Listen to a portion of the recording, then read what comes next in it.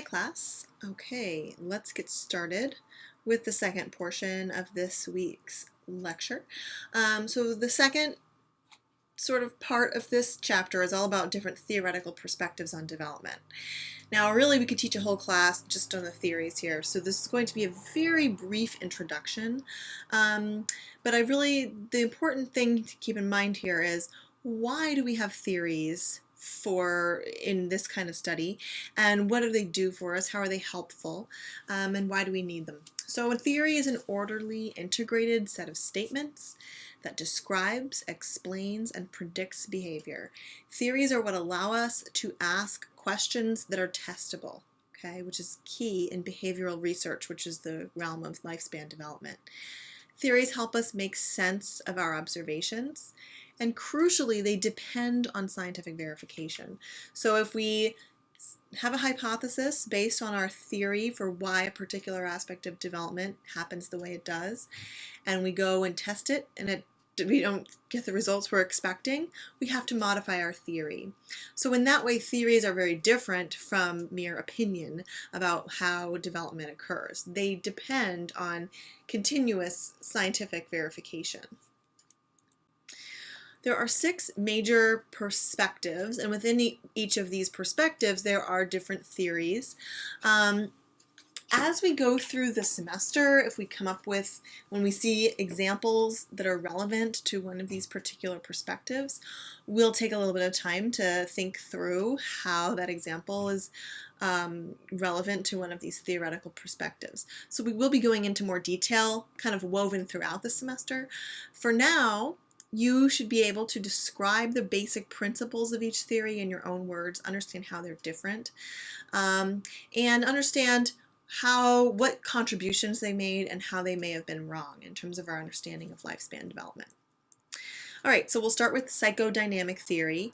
This is the theory that is associated with Sigmund Freud and also Erik Erikson. The basic idea here is that we have unconscious forces like memories, often formed in childhood, that affect our behavior throughout the lifespan. Freud argued that personality consists of the id, the ego, and the superego, where the id is sort of our primal instincts and desires, and the superego is sort of our morality, and the ego is in between, trying to keep our primal desires and instincts in check so as to maintain sort of the superego. And Freud was very heavily focused on the psychosexual stages of development, which you can read about in the textbook. We're not going to go over them in this lecture. Erikson sort of took what was good about Freud's theory and developed it a little bit further. Rather than focusing on psychosexual development, he's focused on psychosocial development. So rather than talking about sexual urges and changes that occur, he thought about more the social context of development that was important in Erikson's theory. The other contribution Erikson made is that he argued that development proceeds throughout the lifespan rather than being complete sort of during adolescence. Okay, so what they got right. Freud's big contribution is the importance of the unconscious, which really can't be understated or overstated. This is a crucial idea that our unconscious thoughts, memories, etc. affect our behavior is really important in psychology. And Erikson's contribution about lifespan continuing throughout, development continuing throughout the lifespan was a really important contribution. Problems with this perspective. Freud in particular was dealing with a very limited sample. He was often basing his theory on his psychoanalytic work with adults. Okay, so he wasn't studying children directly per se. And so he was really limited in that way. And it's difficult to test these theories. They focus heavily on male development and kind of don't focus as much on aspects of female development, which is a criticism. And Freud's psychosexual stages are no longer widely accepted as being an accurate way of thinking about the developmental stages. The behaviorist perspective, the main theorists that are associated with this are John Watson and B.F. Skinner. The behaviorist perspective is the idea that sort of a rejection of this unobservable influences on behavior, like our unconscious memories, and saying rather development is completely influenced by the environment that we're in. A classic view here is that you could take any child, any infant, and with the right environment mold that child into to become any type of go through any type of career. So you can make them into a carpenter or an artist or a professor or whatever it might be. Because all of development is influenced by the kind of environment that you're in. The key concepts here are classical conditioning and operant conditioning, which are two learning mechanisms that we will discuss in more detail when we get to that section. And also social cognitive learning. So it's the behaviorist perspective that really argues that there's this important role for imitating and observing the behavior of others that influences how we develop and how we behave. We'll talk all about social learning throughout the semester, but there's lots of examples of how children imitate and base their behavior on the observations of people in their environment.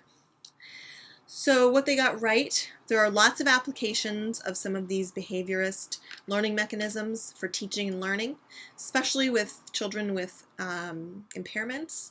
So children with autism have been found to benefit a great deal from sort of learning and teaching strategies that are based on this behaviorist perspective.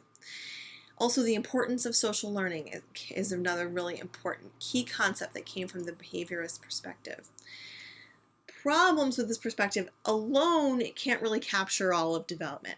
Behavior can't only be reduced to responses to things in the environment, to stimuli in the environment. We also need to talk about unconscious processes.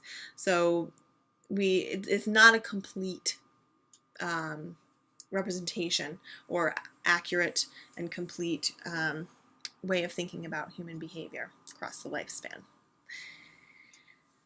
So the cognitive perspective, the main theorist we're going to focus on for this is Jean Piaget.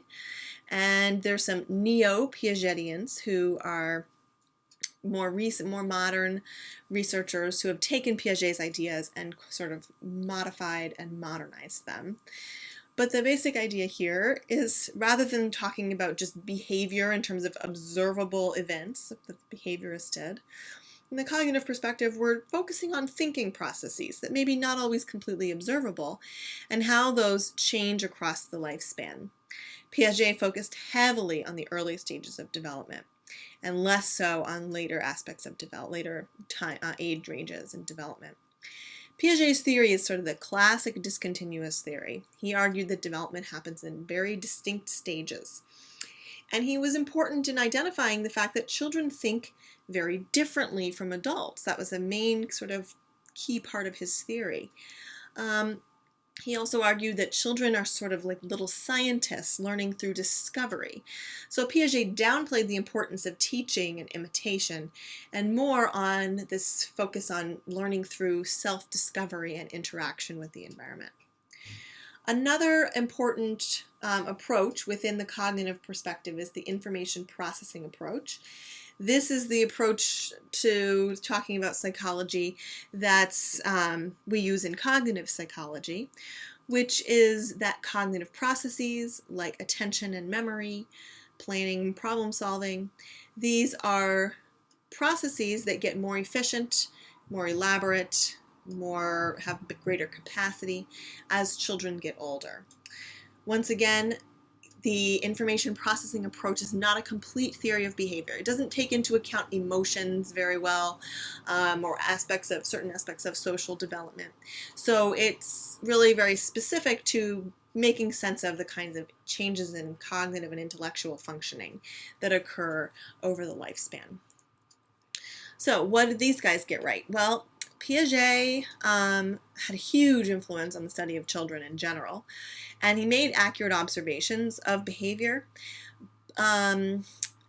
But one thing he got wrong is that development's probably not quite as cleanly stage-like as he thought, and he may have underestimated in some skills that children had in some ways. Information processing is currently a widely accepted way of thinking about cognition. But as I said before, it's not a complete theory of behavior. It's not a comprehensive theory of behavior, but still has important uses.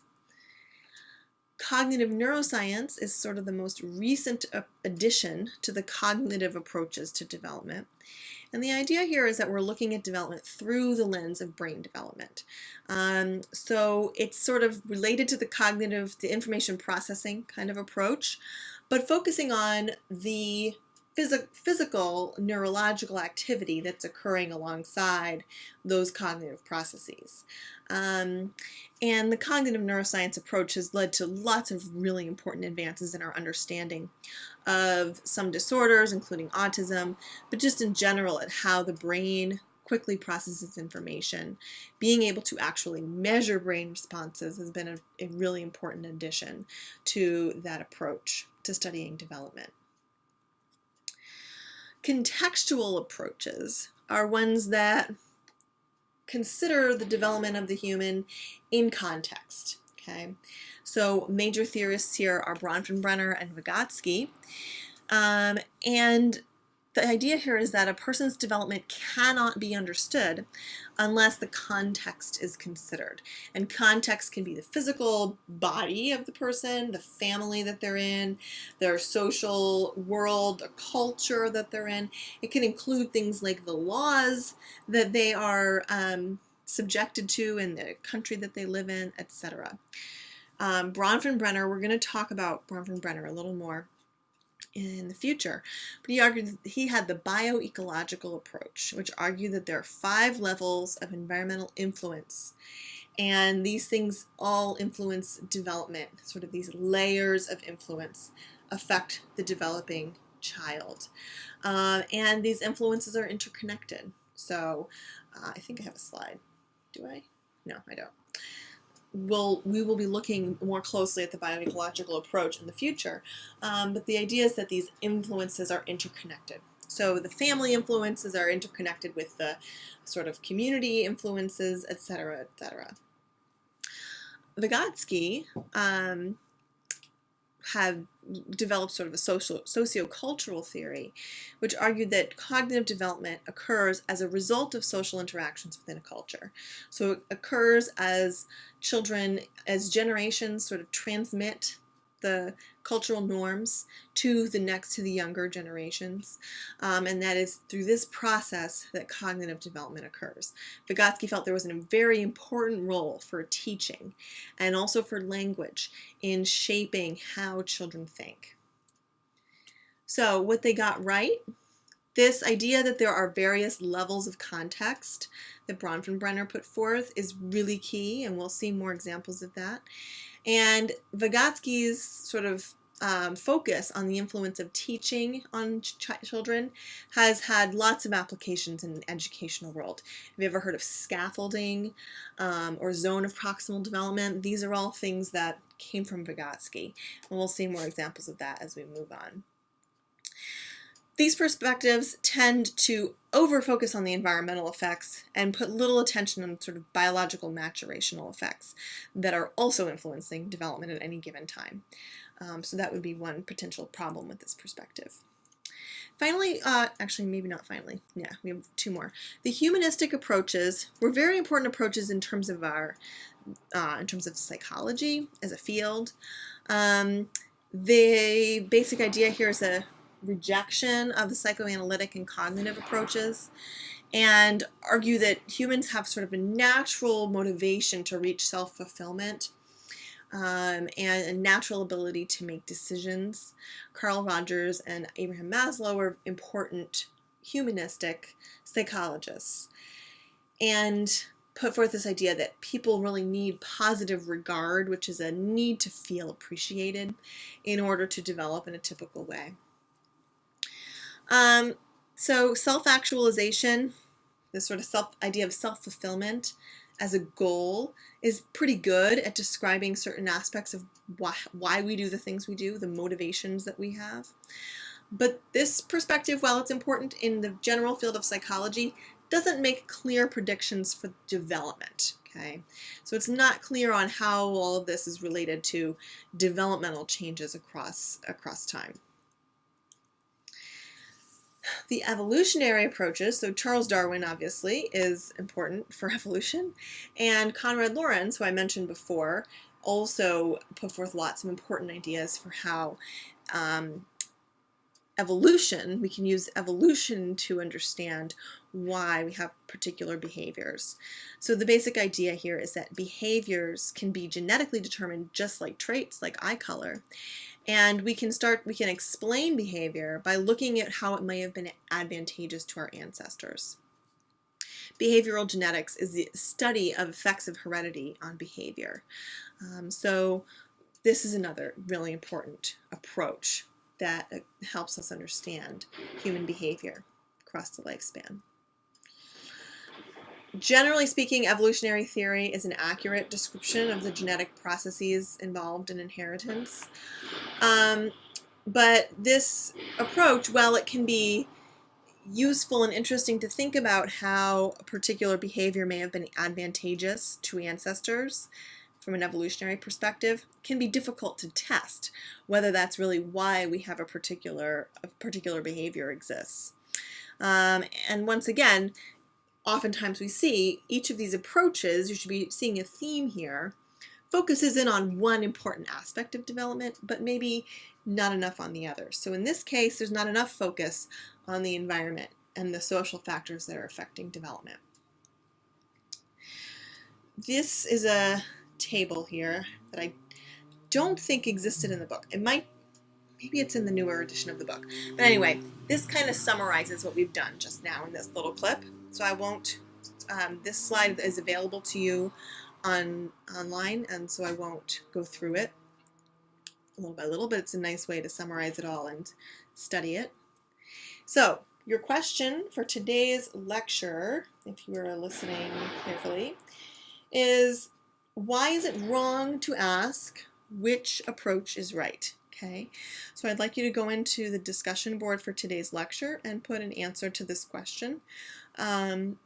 Why is it wrong to say which is right? Is it psychodynamic or is it information processing? Which is correct? Why is that question not such a useful question to ask? If you're not sure, you can check out the textbook. It has a little section on this for you to read through, but put your answer into your own words. And these responses count towards your week 1 points. Okay, now we're going to conclude that and move on to research methods.